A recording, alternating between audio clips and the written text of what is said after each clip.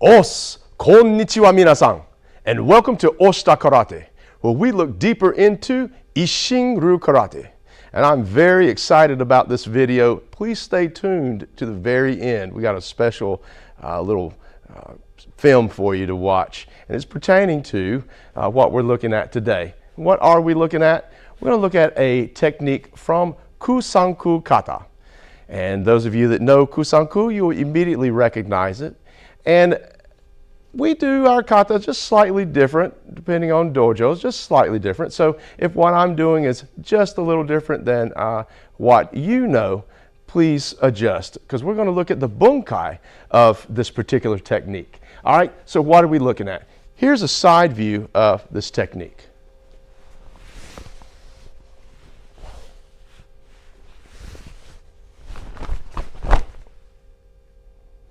Here it is from the front.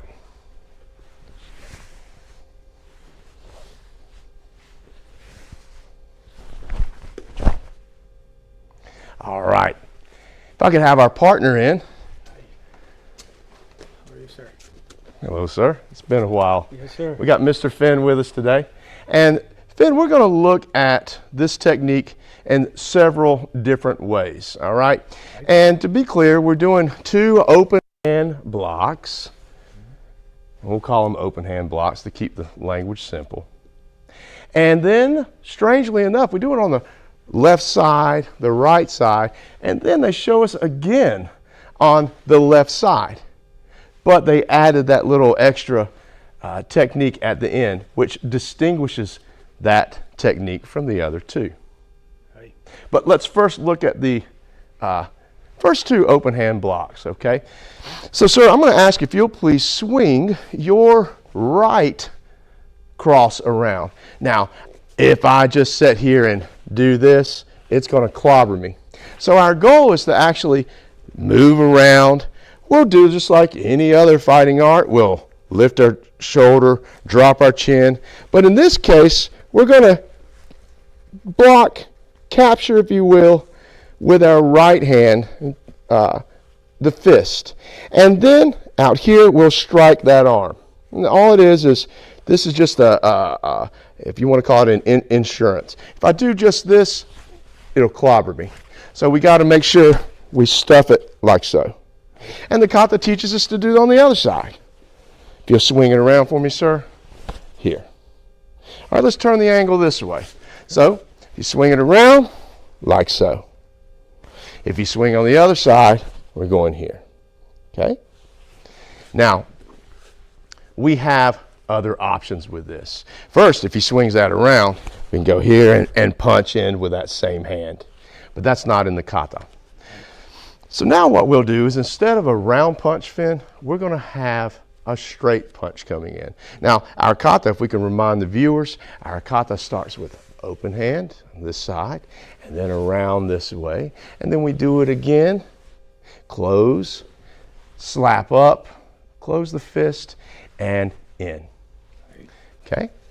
So this time, without changing the movements, we're going to change how the opponent attacks. If we can have you do a left straight, so we'll parry around with this.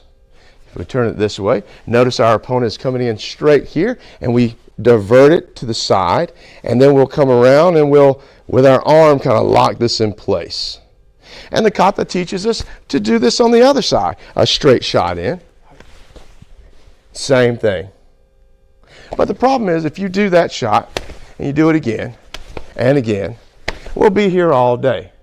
So we want to be able to stop and neutralize. So if this shot comes in straight, come in straight into the neck with this, we'll call it a claw, all right?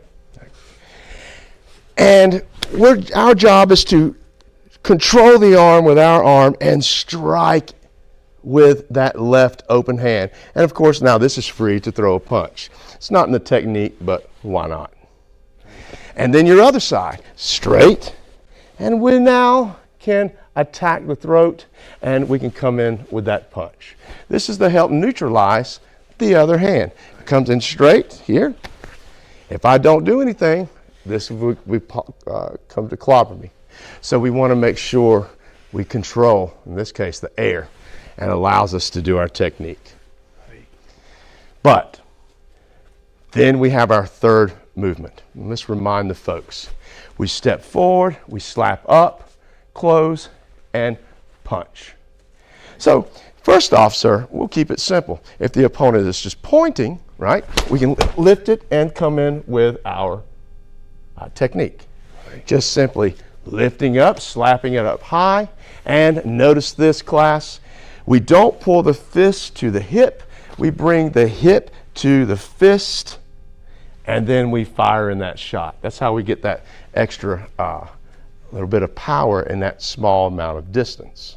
Okay, let's see that again. If he's here, we slap it up and in. And it happens very, very quickly. But what we want to do in this video is make sure we use the full animal, the full technique. So we've taken our first movement, our opponent came in straight, and is teaching us to come in and pow. Then the kata teaches us with the opposite hand. All right, yeah, coming in straight, we'll parry to the side and in. But had you done that around, we still could have gone this way. But we're going to come straight in and parry and here. Now, let's add our last component. If you'll come in straight to here, striking, we're going to close in and we're going to strike the groin here. And of course, Mr. Finn, I'm not going to grab at your groin, but I am going to grab your pants leg. We're going to grip like the kata tells us to, and we're going to pull up on that, and we're going to even punch it back out. But the whole time, we have the opponent's groin wrapped up in the fabric of their pants, and the throat is gripped by this claw, this hand. Let's do it facing this way if we could, sir. The straight shot coming in, closing the gap. We're not going to come in here like Crocodile Dundee. Okay? We're going to come in here hard, and we're going to grip like an old snapping turtle. All right? And we're not letting go. Even if it rains, we ain't letting go. All right? That's an old Southern tale. All right? Wise tale. All right? And because when we do that, we have our opponent thinking on another level. All right? All of a sudden, they got other things to worry about. Right. Now, if we turn this way here, we can still apply this movement with the punch coming around. But we got to be careful. You don't step towards that fist, because then we're going to eat it. So what happens is we're going to walk towards the shoulder and see how we have struck with our body. And now we're going to strike hard to the groin. Make sure I'm safe with you, sir. I'm going to grab the side of your leg for safety. And then, of course, the kata tells us to pull up on this here. Okay? Now, to finish this off, we could do this. Doing this in the air is one thing. But if we could do this up against the wall, it's another. Now, typically, Finn, if you think about it, we're the ones up against the wall and defending. But in this case, we're going to put our opponent against the wall. So, for example, if you came in straight with that shot, and we're here, and we come in hard with this here, and I kind of over-exaggerated with this, but I'm getting into it a little too much. Here, we're going to come in sharp, hard with the shot here, and then we can push up against the wall. And now we have pressure against the wall, pulling back like so. Okay, so using that wall as part of our tool, as our weapon here. All right, so, sir, thank you so much with that. I'm going to show the folks one more time in the air what we just did. Okay, all right, so Kusanku, here it is again.